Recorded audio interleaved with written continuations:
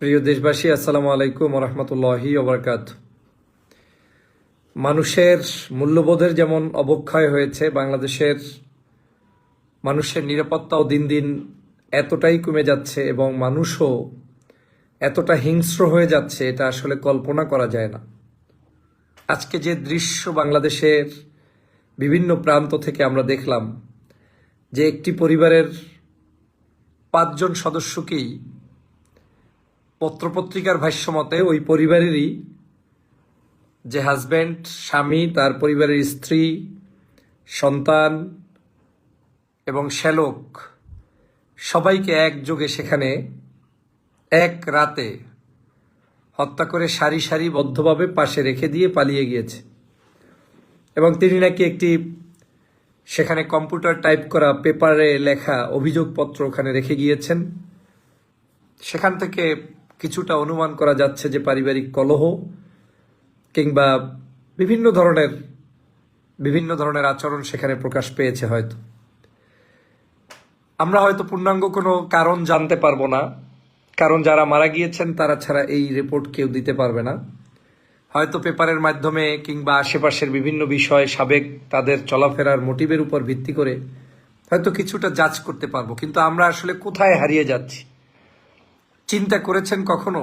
শিশু সন্তান, নিজের সন্তান, আজকের সেখানে তিনি সম্পূর্ণ সবাইকে সেখানে খুন করে তারপরে দিব্যি পালিয়ে গিয়েছে। আবার এই যে তার ভিতরে একটি ক্ষোভ, এত বড় হিংস্র হয়ে ওঠার পিছনের ইতিহাস, সেটাই বা কেমন, কতটা নির্মমতা, কতটা খারাপ জায়গা থেকে এটা তৈরি হয়েছে, সেটাও এখন ভাবনার বিষয়। বাংলাদেশের আমি এই ধরনের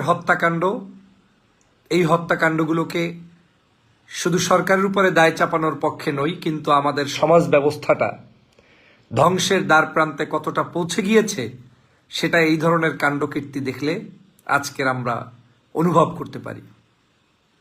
পাশাপাশি এরকম বেশ কয়েকদিন পর্যন্ত বিভিন্ন জায়গায়, আর একটা জায়গায় দেখলাম 4 জন খুন, 3 জন খুন, এরকম খুন অহরহ হচ্ছে।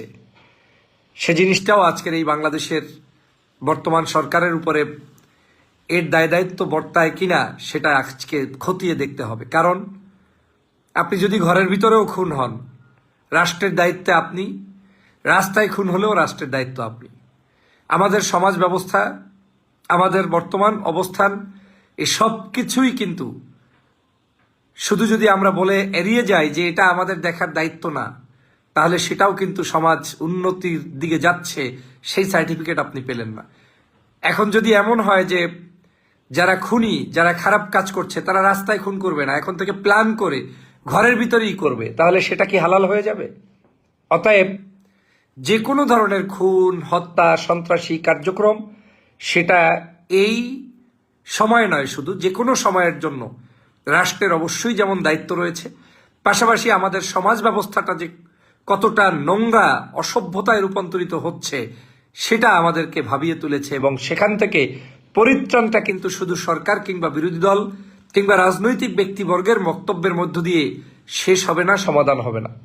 সেটার সমাধানের একমাত্র রাস্তা, সেটা হচ্ছে আমাদের এই অবক্ষয় রোধের জন্য আমাদের সেই শিক্ষা, আমাদের সেই ধর্মীয় অনুশাসন পালন করা, আমাদের সেই সামাজিক মূল্যবোধ তৈরি করা, আমাদের দেশের মানুষের মধ্যে এই ধরনের কাউন্সেলিং ব্যবস্থা তৈরি করে সমাজের মানুষগুলোকে সঠিক পথে পরিচালিত করা। এবং সেটাও কিন্তু রাষ্ট্রের দায়িত্ব। আমাদের সমাজে এরকম কেন ঘটবে, প্রতিটা মুহূর্ত, প্রতিটা সেকেন্ড কেন এরকম পৈশাচিকতা আমাদেরকে দেখতে হবে, এটা মেনে নেওয়া যায় না, এটা মানা কোনোভাবেই সম্ভব নয়।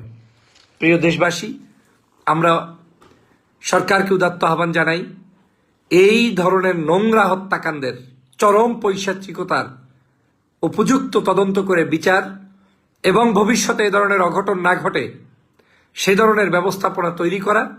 পাশাপাশি আমাদের দেশের যারা রেমিট্যান্স যোদ্ধা বিদেশে রয়েছেন, ওই পরিবারগুলো কেমন থাকে, তাদের পরিবারে কোনো কলহ আছে কিনা, সামাজিকভাবে সমাজের প্রত্যেকটি ইউনিয়ন, উপজেলায় আপনি সরকারের ব্যবস্থাপনাই পারেন গ্রাম থেকে গোপন ডাটা কালেক্ট করে কারা কোন অশান্তিতে রয়েছেন, কোন কোন জায়গায় সমাজের অসঙ্গতি রয়েছে, কে কোন ডিপ্রেশনে রয়েছে, এরকম পরিবারের তালিকা শনাক্ত করা খুব ডিফিকাল্ট হবে বলে মনে করি না। তাদের তালিকা শনাক্ত করা, তাদের লাইফস্টাইল ফলো করা, তাদেরকে আবার নার্সিং করে ভবিষ্যতে সুন্দরভাবে দেশকে এগিয়ে নেওয়ার জন্য এ ধরনের উদ্যোগ গ্রহণ করতে হবে। যদি সেটা না হয় তাহলে যে কোনো ধরনের অনাকাঙ্ক্ষিত ঘটনা সেটা সমাজের দায়িত্ববোধের জায়গা থেকে আমরা কিন্তু এড়িয়ে যেতে পারি না। আজকে যদি আমি এড়িয়ে যাই যে হয়েছে পাশের ঘরে, সমস্যা কি, না, আমার পাশের ঘরে হয়েছে সেটাও যে আমার সমাজ ব্যবস্থার চরম অধপতন সেটাকেই কিন্তু মিন করে।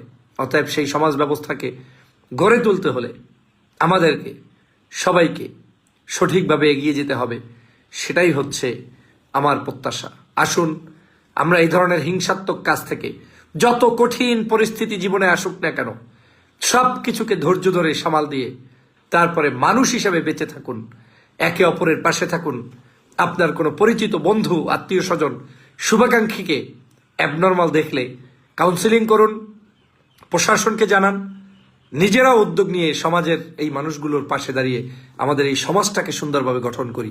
মুখে বলার ভাষা নেই যে নিজ সন্তান পরিবারকে যারা এরকম কঠিন পরিস্থিতির মধ্যে নিমজ্জিত করে, ধ্বংস করে দেয়, খুন করে শেষ করে ফেলে, সেটাকে দেখলে কেয়ামত বাকি আছে বলে আর মনে হয় না।